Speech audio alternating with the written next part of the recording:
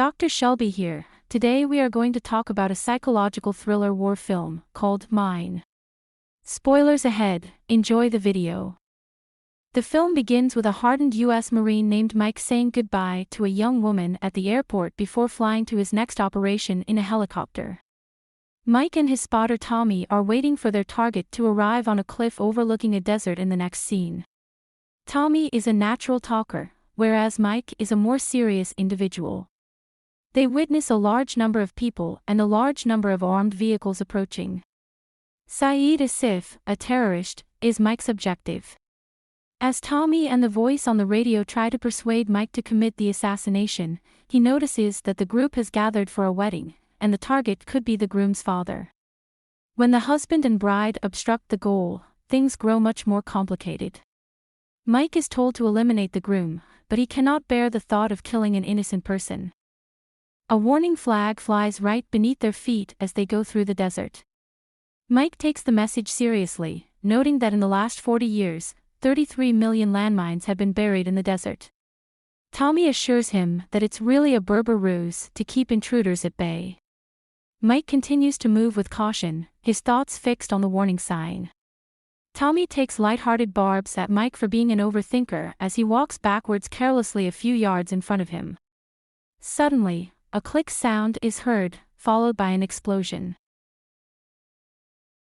Tommy survived the blast, but his legs were severed below the knees. Tommy shouts and trembles in agony. Mike, who is unable to move, tries to calm Tommy down. Mike theorizes that the landmine he stepped on may have been old and defunct. Tommy advises him against it, and to persuade Mike, he draws his gun and points it at his head. He shoots himself after telling Mike that he must live no matter what. Mike cries in agony, helpless. Mike realizes he'll have to find a method to get the radio that's lying next to Tommy a few yards away. To draw the radio bag towards himself, he attaches his shoelace to an axe. He discovers, however, that the radio's battery is dead, and that the spare is on Tommy's body. Mike is disappointed, but Mike can then communicate with his superiors. He wants an emergency evacuation, but is told that due to frequent sandstorms, rescue choppers are unable to fly to his location. If all goes according to plan, he'll be rescued in 52 hours. Mike is angered by the response. Then comes yet another enormous sandstorm. He waits it out without shifting from his position. When it's over, he notices that the storm has pushed Tommy's body and the spare battery close to him, but the radio has drifted too far out from his reach. He suddenly spots a Berber approaching him, walking in a zigzag pattern. Mike tries to warn him about the landmine, but the Berber mocks him by imitating his movements. Mike tries to explain his situation to the Berber man, but he insists on moving further. He then disappears into the desert with Mike's water bottle. A small Berber girl approaches him and returns his water bottle. She offers it to Mike, who is relieved to see that it is full of water. Mike is able to fulfill his thirst. Using her toy troops, the girl appears to advise Mike that he must step off the mine and move on, despite the fact that she never talks. He finds himself in the midst of the desert with wild animals. He tries, but fails, to scare them with his rifle. Tommy's body is dragged away by the animals. One of the animals begins to approach him, but Mike uses his torchlight to shoot the animal with his handgun. When the animal lands on a landmine, it explodes, scaring away the other animals. The following morning, the same Berber man appears. He informs Mike that despite stepping on a landmine and spending a night in the desert with wild animals, he is extremely fortunate to have survived this far.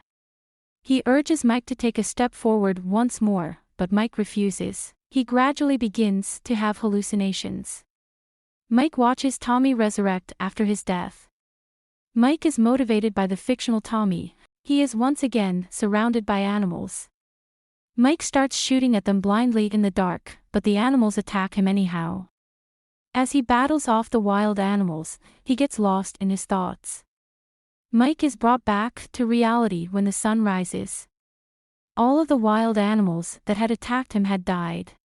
He receives a message from his superior informing him that the rescue crew is running late. His strength begins to weaken. Berber appears out of nowhere and catches him as he begins to collapse. The man begins to treat Mike's injuries and tells him about a time when he too stepped on a mine and lost his leg. He tells Mike that he felt like he had lost everything in his life when he lost his leg.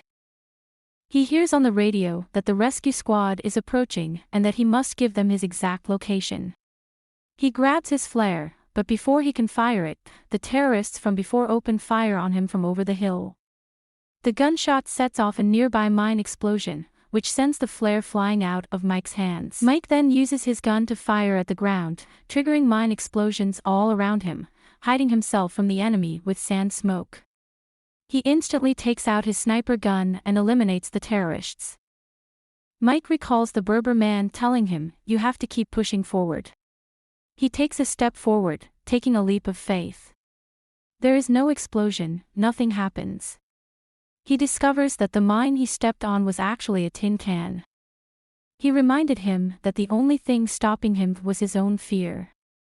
Despite the non-lethal bullet wounds he received during the standoff, Mike feels relieved to be alive. He then fires a flare and falls to the ground. He is found and returned home by the rescue squad. His fiancée is waiting for him at the airport back at home.